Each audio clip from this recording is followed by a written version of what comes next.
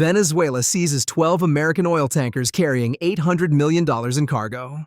The United States responds with overwhelming force that sinks an entire navy and launches the largest helicopter assault since Vietnam. September 28, 2025. The Caribbean Sea, 85 nautical miles north of La Guaira, Venezuela. At 6:15 a.m., 12 American-flagged oil tankers, part of a commercial convoy hauling liquefied natural gas from Trinidad to Miami, reported hostile contact. Venezuelan Navy vessels, 4 Lupo-class frigates, and 8 Guaycaipuro-class patrol boats surrounded the convoy and ordered all ships to divert to Venezuelan ports. When the tanker captains refused, citing their legal right to transit international waters, Venezuelan sailors boarded the vessels by force. Within 90 minutes, all 12 tankers were under Venezuelan control, their 340 American crew members held at gunpoint, and the ships redirected toward Puerto Cabello Naval Base. The cargo alone was valued at over $800 million, but the real value was strategic. Venezuela, emboldened by alliances with Russia and China, was attempting to demonstrate that American shipping could be interdicted in waters the United States considered secure. At 7:52 a.m., the USS George H.W. Bush Carrier Strike Group, operating 200 nautical miles to the northeast, received flash traffic from U.S. Southern Command. 12 U.S.-flagged vessels seized, 340 American hostages. Authorized rescue operation. The carrier's captain didn't hesitate. Within minutes, the strike group altered course, accelerating to 30 knots toward Venezuelan waters. The Bush, a Nimitz-class supercarrier worth $6.2 billion and carrying 90 aircraft, would serve as the operational hub. Escorting her were 3 Arleigh Burke-class destroyers, 1 Ticonderoga-class cruiser, and 2 Los Angeles-class attack submarines. In total, over 7,000 American sailors and Marines were about to engage in the most complex hostage rescue operation since the Iranian hostage crisis of 1980. But this time, the United States wasn't planning a covert insertion. This would be overwhelming force, delivered with precision and fury. Intelligence assessments painted a grim picture. The 12 tankers were being escorted by Venezuelan warships toward Puerto Cabello, a fortified naval base protected by shore batteries, anti-aircraft systems, and approximately 2,000 Venezuelan Marines. Once the hostages reached land, rescue would become exponentially harder. The window for action was narrow, perhaps 6 hours before the convoy entered territorial waters, where any U.S. military action would constitute an invasion. But the Venezuelan Navy had made a critical miscalculation. They assumed the United States would negotiate, that diplomatic channels would tie American hands long enough for the tankers to reach port. They were wrong. At 9:30 a.m., President gave a one-sentence order transmitted through encrypted channels: recover our people, sink anything that resists. At 10:15 a.m., the operation began.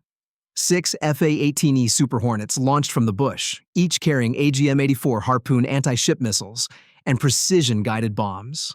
Their first targets were the 4 Venezuelan frigates escorting the captured tankers. The Lupo-class frigates, Italian-designed vessels from the 1970s, were armed with automatic anti-ship missiles and 127mm guns. Individually, they posed a credible threat. But against carrier-based aircraft with beyond-visual range weapons, they were outmatched. At 10:42 a.m., flying at 30,000 feet and 80 miles from their targets, the Super Hornets launched 12 Harpoon missiles. The weapons, each costing $1.2 million, accelerated to 500 knots and skimmed 15 feet above the waves, their radar seekers locking onto the Venezuelan frigates. The Venezuelan Navy detected the incoming missiles at 10:44 a.m. Alarm klaxons blared, point defense systems activated, but the frigate's outdated radar and fire control couldn't track all 12 missiles simultaneously.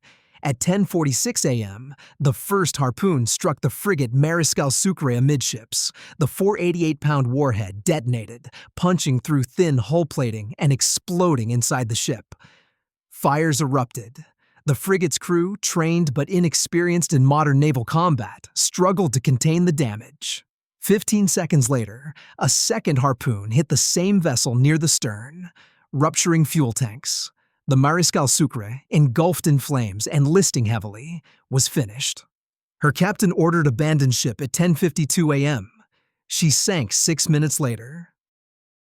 The remaining 3 frigates fared no better. The Almirante Bryan took 2 Harpoon hits, both fatal. She capsized at 10:58 a.m.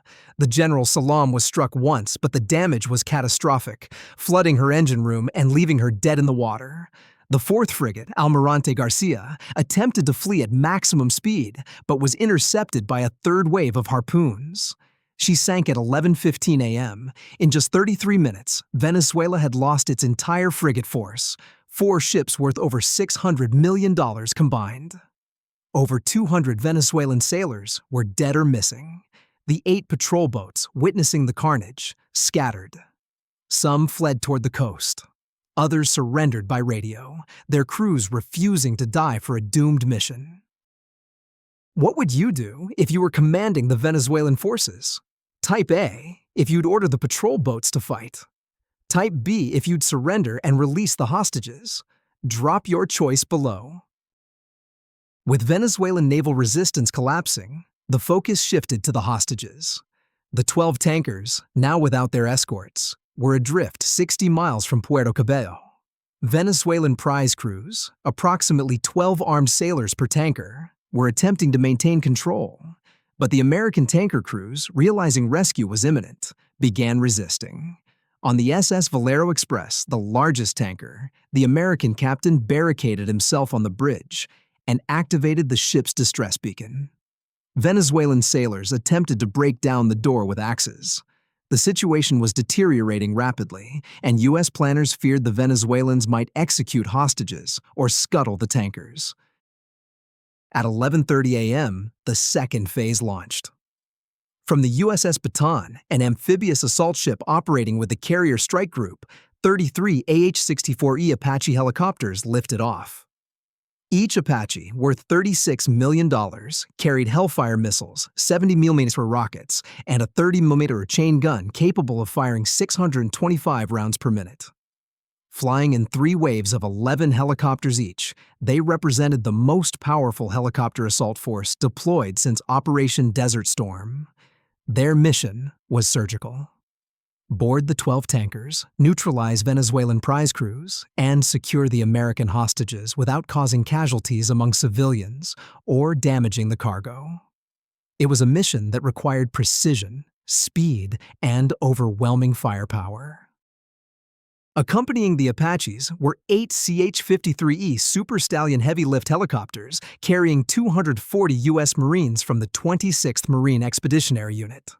These Marines, trained in visit, board, search, and seizure operations, would storm the tankers once the Apaches suppressed resistance. The plan was audacious.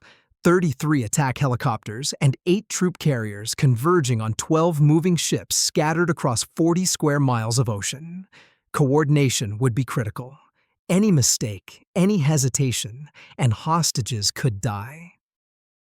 At 11:52 a.m., the Apaches reached the first tanker, the SS Marathon Key. 2 Venezuelan sailors on deck, armed with AK-103 rifles, opened fire on the approaching helicopters. It was a futile gesture. The lead Apache, piloted by Chief Warrant Officer Sarah Chen, a 12-year combat veteran, didn't hesitate. A single 30mm burst, 3 rounds precisely placed, neutralized both shooters without damaging the tanker's superstructure. The helicopter's gun, stabilized by advanced fire control systems, was accurate to within inches at 800 meters. Within seconds, the tanker's deck was secure. A Super Stallion swooped in, hovering 10 feet above the deck as Marines fast roped down. The descent took 18 seconds. 20 Marines hit the deck, weapons ready, and immediately began clearing the ship room by room. Venezuelan prize crews, realizing they were facing elite forces backed by attack helicopters, surrendered without further resistance. The American tanker crew, locked in their quarters, were freed within 4 minutes. The SS Marathon Key was secure. First tanker down, 11 to go. If this level of tactical coordination is what you come here for, subscribe now. We deliver military analysis nobody else matches. Across the operational area, the pattern repeated. Apache helicopters suppressed resistance with overwhelming firepower. Marines fast-roped onto tanker decks and executed rapid clearing operations. Most Venezuelan prize crews surrendered immediately. A few resisted and were killed or wounded. But the Marines, trained extensively for close-quarters combat in maritime environments, cleared each tanker with minimal casualties. By 12:30 p.m., 9 of the 12 tankers had been recaptured. The remaining 3 were secured by 12:52 p.m. Total time from first Apache launch to final tanker secured, 82 minutes. American casualties, 0. Venezuelan casualties, 14 dead, 31 wounded, 89 captured. All 340 American hostages were safe. But the operation wasn't finished. Intelligence reports indicated that Venezuela's military leadership, recognizing the disaster unfolding at sea, was preparing a face-saving gesture. Venezuelan Air Force Su-30 Mk fighters were scrambling from Maracay Air Base, intending to harass the rescue operation or conduct symbolic strikes. And on the coast, mobile anti-ship missile batteries were being repositioned to threaten the carrier strike group. The United States, having committed to this operation, wasn't about to leave threats unresolved. At 1:15 p.m., the third phase began. Tomahawk cruise missiles, launched from the USS Philippine Sea, a Ticonderoga-class cruiser, streaked toward Venezuelan military targets. 32 Tomahawks, each costing $1.9 million, targeted radar installations, command centers, and air bases. At Maracay Air Base, 6 Tomahawks struck hangars, fuel depots, and runways, destroying 9 Venezuelan Su-30 Mk fighters on the ground and rendering the base inoperable. At Puerto Cabello Naval Base, 8 Tomahawks demolished ammunition bunkers, dry docks, and the base's command center. The strikes were precise, avoiding civilian areas but utterly destroying military capability. Venezuelan air defenses, consisting of outdated Soviet-era SA-2 and SA-3 systems, managed to intercept 5 Tomahawks. But 27 reached their targets, inflicting damage that would take years to repair. Meanwhile, the most dramatic phase of the operation was unfolding. Intelligence had identified a high-value target, Diosdado Cabello, Venezuela's second most powerful figure and architect of the tanker seizure plan. Cabello, believing himself safe inland, was operating from a command bunker in the Caracas suburbs, coordinating cartel operations that supplied Venezuela's regime with illicit revenue. The bunker, protected by 200 cartel fighters armed with heavy weapons, anti-aircraft guns, and rocket-propelled grenades, was considered impregnable. It was about to be tested. At 1:45 p.m., the fourth and most audacious phase launched. 33 AH-64E Apache helicopters, having refueled and rearmed on the USS Baton, took off again. This time, they were heading inland. Their target was the cartel compound surrounding Cabello's bunker, a fortified facility 15 kilometers from the coast. Accompanying them were 4 CH-47F Chinook helicopters carrying 120 U.S. Army Rangers from the 75th Ranger Regiment, flown in from Fort Benning specifically for this mission. The plan was to overwhelm the cartel defenses with helicopter gunships, insert Rangers to capture or kill Cabello, and extract before Venezuelan military forces could respond. At 2:10 p.m., the Apaches reached the compound. The cartel fighters, alerted by the sound of approaching helicopters, opened fire with everything available: DSHK heavy machine guns, RPG-7 rocket launchers, and even a Zu-23 anti-aircraft gun mounted on a truck. The volume of fire was intense, but it was also futile.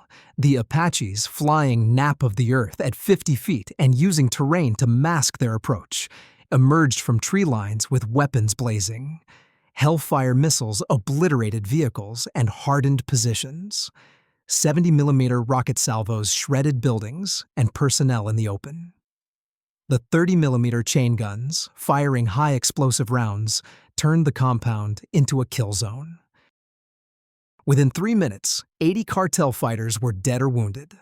The Zu-23 anti-aircraft gun, which had managed to damage one Apache's tail rotor, was destroyed by a Hellfire missile that turned the gun and its crew into a fireball. The remaining cartel fighters, realizing they faced overwhelming firepower, broke and ran. Some were cut down as they fled. Others threw down weapons and surrendered. At 2:18 p.m., the Chinooks landed.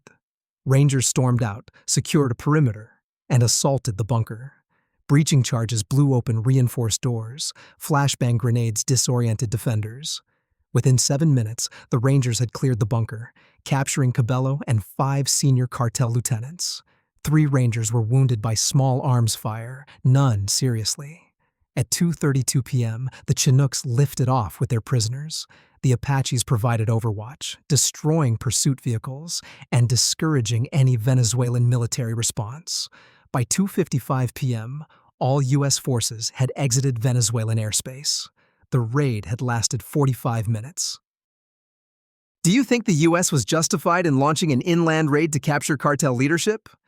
Share your thoughts in the comments below. By 3:30 p.m., the entire operation was complete. 12 American tankers recovered, 340 hostages safe, Venezuelan Navy crippled, air bases destroyed, and a high-value target captured. The cost to Venezuela was catastrophic.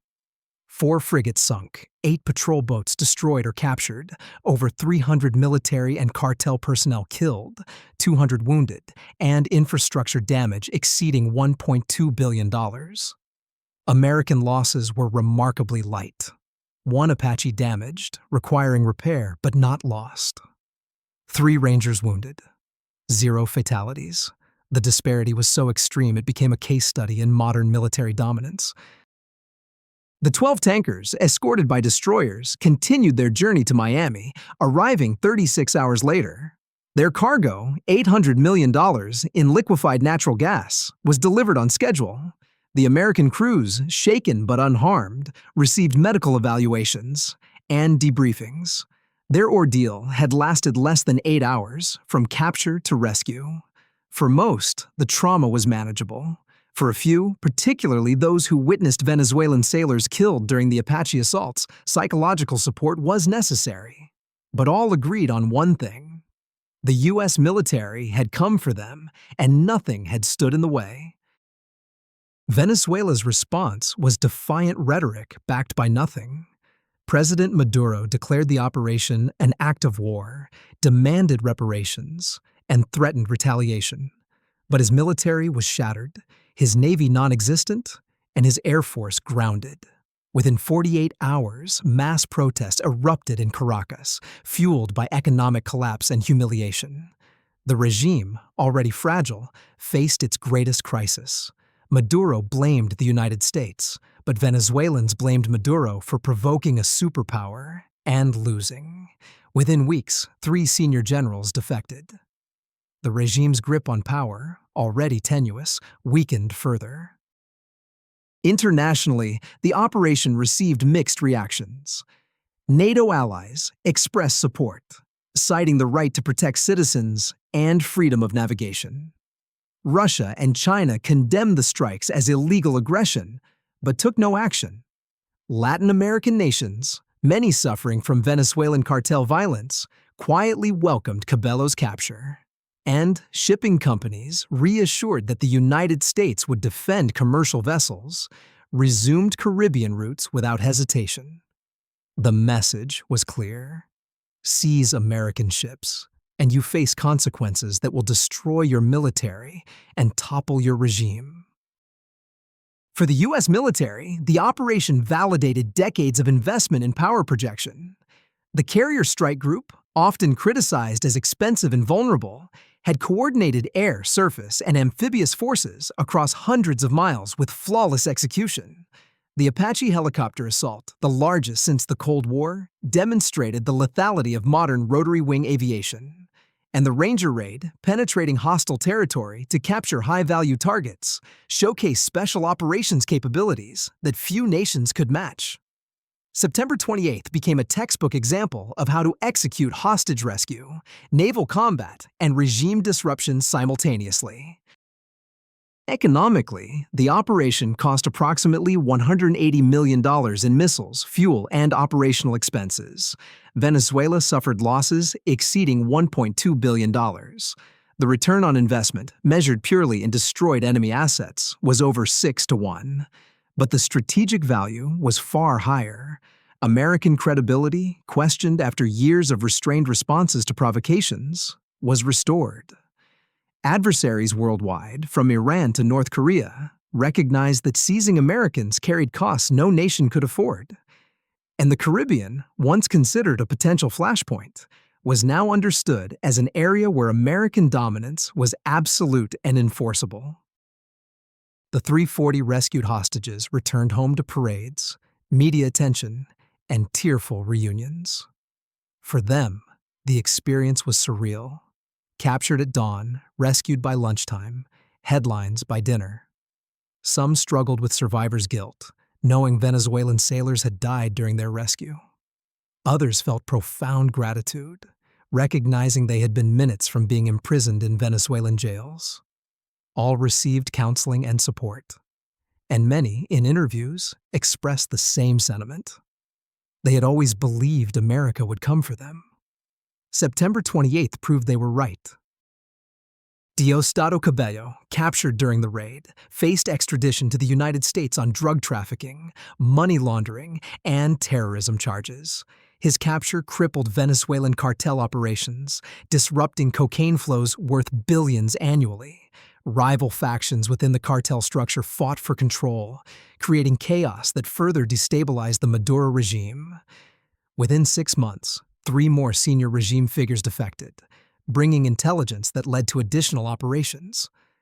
September 28th didn't just rescue hostages, it began the unraveling of a criminal narco-state. For the Apache pilots and Marine raiders, the mission became career-defining. Chief Warrant Officer Chen, who fired the first shots, received the Distinguished Flying Cross. The Ranger Team leader, Captain James Torres, was awarded the Silver Star. And the operation as a whole earned a Presidential Unit citation, recognizing collective excellence under combat conditions. But for those involved, the real reward was simpler. They had saved American lives, destroyed an enemy's military, and sent a message that would echo for years. Mess with Americans, and the response will be swift, overwhelming, and unstoppable. As the sun set on September 28th, the Caribbean returned to calm. Debris fields marked where frigates had sunk. Venezuelan coastal communities mourned their dead.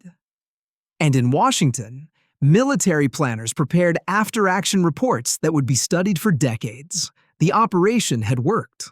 Not perfectly, helicopters were damaged, targets escaped initial strikes, but well enough that the United States achieved every objective with minimal losses. It was a reminder that military power, when properly applied, remains the ultimate arbiter of international disputes. Diplomacy has its place, but when 340 Americans are held at gunpoint, diplomacy yields to steel. Now I want your perspective on 3 questions. First, was the inland helicopter raid to capture Cabello justified, or did it cross a legal line? Second, should Venezuela face additional consequences for the seizure, or was the military response sufficient? Third, how should international law address acts of piracy by state actors against commercial shipping? Leave your detailed answers in the comments. Your insights help shape every discussion we have on this channel. And if this analysis of the largest helicopter assault in modern history kept you engaged from start to finish, prove it by hitting that like button, subscribing, and turning on notifications. Until next time, stay informed, stay sharp, and remember that American citizens, wherever they are never abandoned.